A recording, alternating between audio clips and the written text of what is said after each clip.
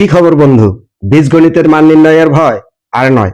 দেখুন, শিখুন, বুঝুন এবং 5 সেকেন্ডে সমাধান করুন।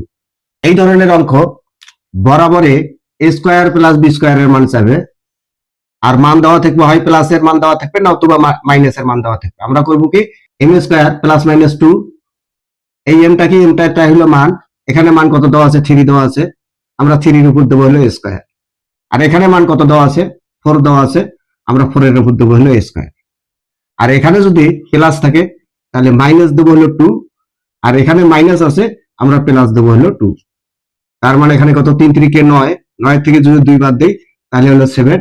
তার মানে হলো রাইট অ্যান্সার অপশন নাম্বার খ। আর এখানে হয় কত? 4-4 হলো 16, 16 আর 2 কত? 16 আর 2 হলো 18। তার মানে এটা রাইট অ্যান্সার হলো অপশন নাম্বার ক। তাহলে এই অঙ্কের সমাধান কত হবে উত্তরে জানাবে কমেন্ট বক্সে। ধন্যবাদ।